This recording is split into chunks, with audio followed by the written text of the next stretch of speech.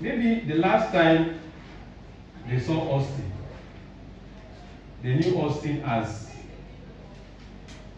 a poor man. He was trekking all over his village. That's how they knew Austin 5 years ago. After 5 years, when he comes back, they still expect to see Austin that way. Because people gauge you the way they see you the last time. And unfortunately, many people don't disappoint. They just stay the same way. So, we should strive to improve. So that if I meet you, Kelvin, 5 years today, from today, I shouldn't expect to see you as you are. I should expect to see some better capacity in yourself. And for some people, the only difference between now and 5 years is probably a big belly. You know? So it should be more than that. Next slide. So why do you need influence? Why do you need to be influential? I think from what I've said so far, we can have an idea of that. Next slide. Without influence, you cannot make people do what they need to do to get results. People are people. What that means, you have a person, beg your pardon, is a human being, has a mind of his own, he has a will of his own, he has his own emotions, he has his own attitudes, he has his goals, he has his dreams. Even a little child. For those of us who have children or even have younger ones at home, even a baby,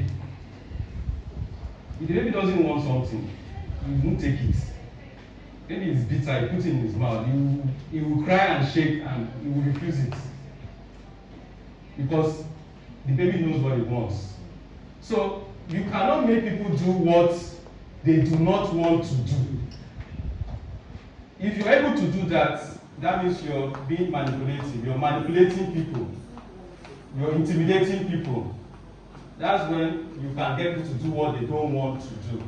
But as a leader, when you do that, you don't have followers. You just have people who are afraid, who are working out of fear. So that is why in many of these communist nations, like the former Soviet Union, in China, these communist nations, what they simply have are societies that are governed by fear. People are afraid of the government. If you talk, you are arrested and you just get missing. So true leadership is influence. You make people do what you want them to do, but they are in agreement with you. They agree with you to do this thing for your own good and their own good. So the purpose of influencing somebody is you tell this person why he needs to do what he has to do. That's why even if you have children, the best way to train a child is to tell the child why he needs to do this. That's even nowadays, children nowadays, when you tell, Albert, I know you have a child, right? You tell your son, do this.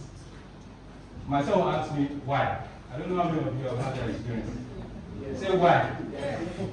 You know, and I used to be surprised, but I can't help myself asking my dad why. You know, so there is a new generation. Ask you why. I have to answer. Yes. So that's what leadership and influence is. Next slide. How do you gauge your level of influence? Next slide. If you have to repeat the same thing over and over again, those are things you need to check to know how influential you are. If you have to repeat the same thing over and over again, if you have to shout to be heard, and you only get things done, they only do things when you are around, then you know you have a problem. You're not influential. That means if I tell you now to do something, and I said it now, I have to repeat the same thing tomorrow, next week, that means I have a problem of influence in my team. They have to shout when they hear the roar of the lion that something gets done.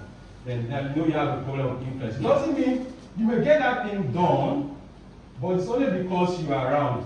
When you're not around, things just go haywire. The same with eye service is when everyone's running around and just so that's eye service. So if these things happen only this way, you know that you have a problem of influence and you need to work on yourself. Next slide.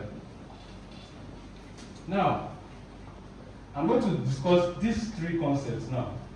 Work in itself is a reward. What does that mean? Now, the studies have been carried out, and it has been discovered that when you go to work, because some of us have this conception that we work for money. Maybe if I ask Isaac now, why do you go to work? Some people say, for my salary, of course. And it makes sense if you look at it on the surface. But if you look deeper into that, try to remember when you just finished your youth service, okay, and you were at home.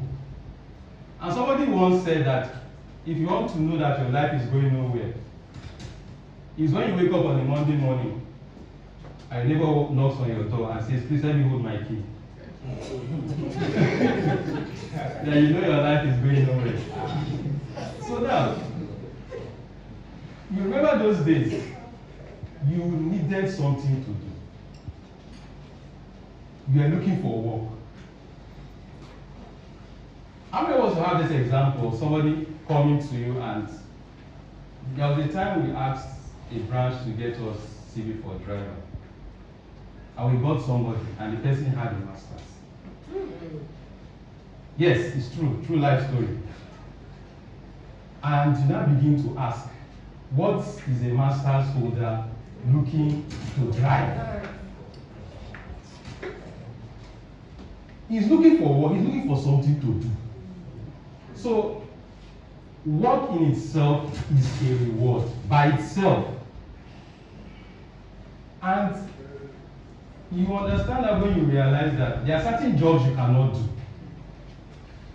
If you're a salesperson, you enjoy sales. If I take you to a factory floor where you have to saw wood and hit the nail with a hammer, you may do that for maybe 1 day, 2 days, 3 days, and you leave it. It is work, isn't it? So your work as a salesperson in itself is a reward to you because it is satisfying that your need for that self-expression. Money can motivate, but it cannot improve competence. That's another thing. If I give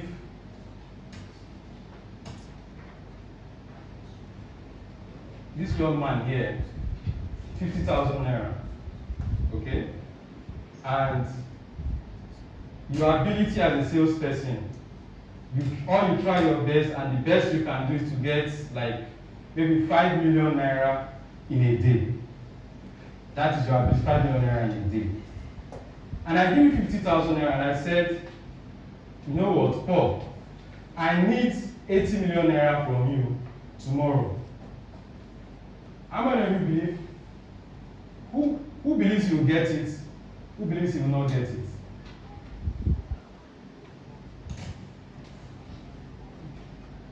Your ability in a day is to get 5 million naira, and you are given an award of 50,000, a promise of 50,000 naira, that you can get me 8 million the following day, you get 50,000 naira. Now this is the point I'm driving. Your competence is who you are. Money cannot improve on your competence. Your competence is your ability. So that's why increasing somebody's salary sometimes does not work. Money only motivates. Motivates in the sense that if your ability is to get me 10 million naira in a month, I can give money to motivate you to ensure you get that 10 million. But that is your ability. But if you can get 10 million, a reward will not make you get 20 million because that you've not built yourself to that capacity to get that amount. So money will motivate you but cannot improve on your competence. So that is why we need to pay special attention to our team members. You know who you're working with. When it comes to competence, it starts from getting them in, when you're getting the CVs, when you're engaging them. What can this person do? Some people cannot do sales. Some people just come and say, let me be a marketer because I don't have any other thing to do. This person, you may think this person is filling your team, but it's actually a minus to you. Somebody that comes that cannot do sales is a negative on you because he drags others down.